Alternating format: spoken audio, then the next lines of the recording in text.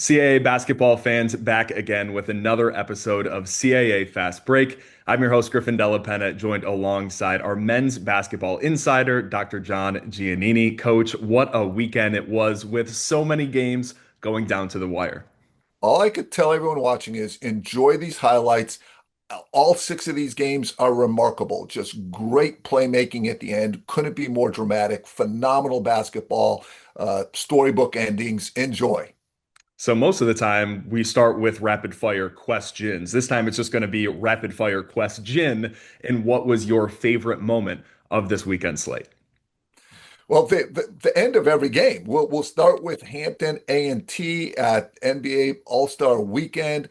Hampton looks like they're in control of the game. A&T steps up their defense, starts forcing turnovers, getting to the free throw line. Lewis Walker makes huge ones to tie the game.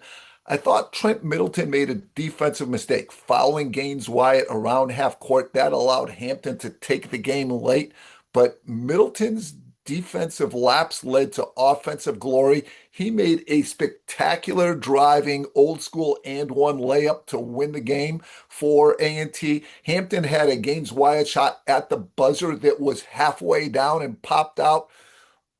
Can't be more dramatic. Phenomenal.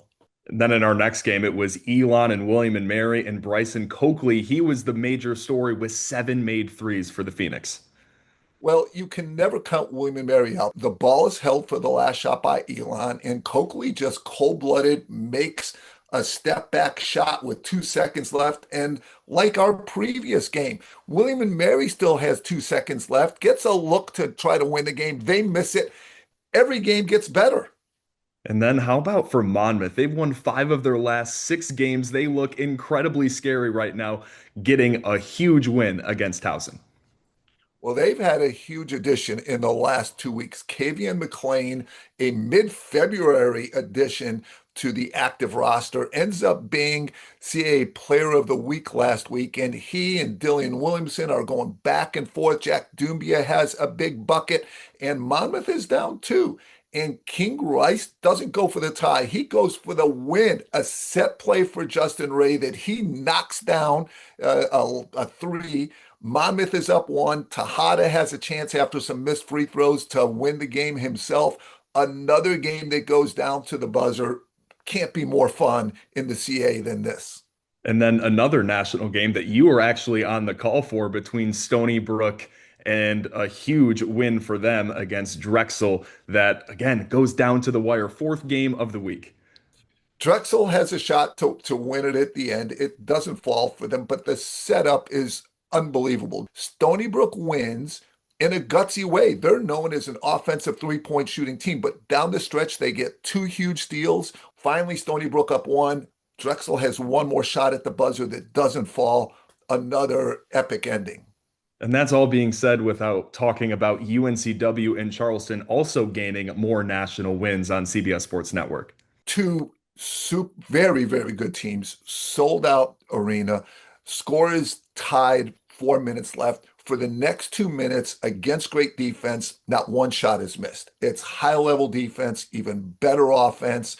Hofstra misses some shots late, but you know who doesn't miss his shots late is Christian May. 5 points down the stretch. That was the difference maker. Another game that went down to the end.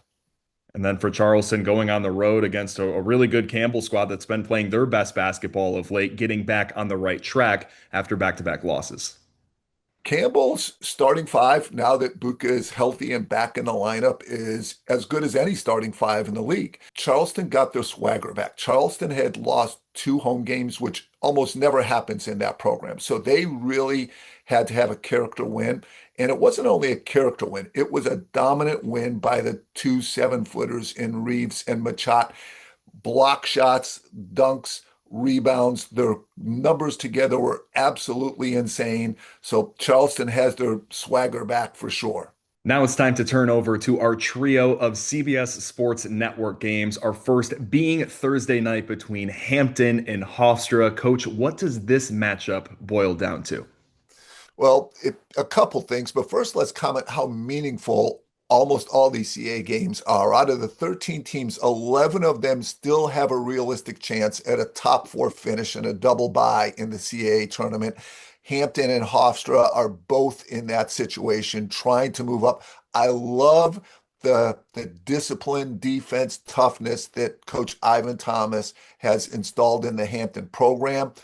Hofstra under Speedy Claxton, they have that same kind of toughness and grittiness about them. The difference in this game is Hofstra has the star backcourt with Preston A. Mead and Cruz Davis. Everyone who plays Hofstra has to figure out how they're going to guard those two.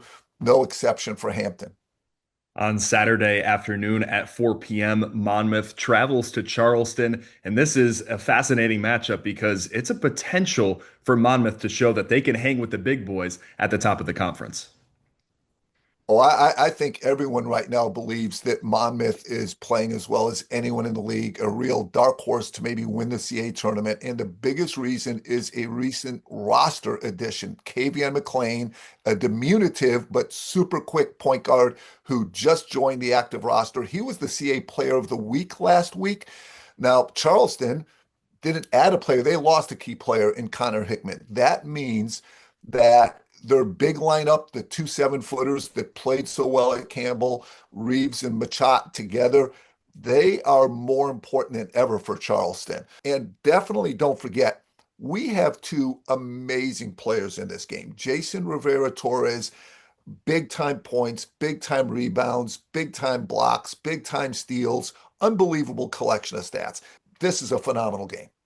And then to cap off our slate of games on Sunday features bitter rivals going at it for the second time this year between Drexel and Towson.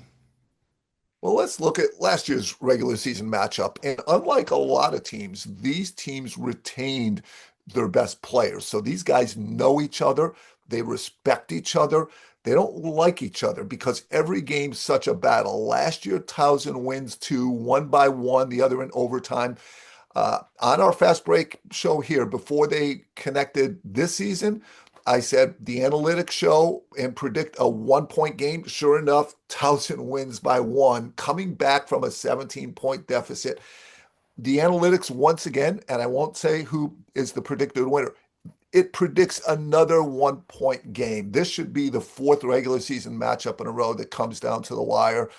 Based on the talent, familiarity, the rivalry, I don't see any reason it won't come down to the wire.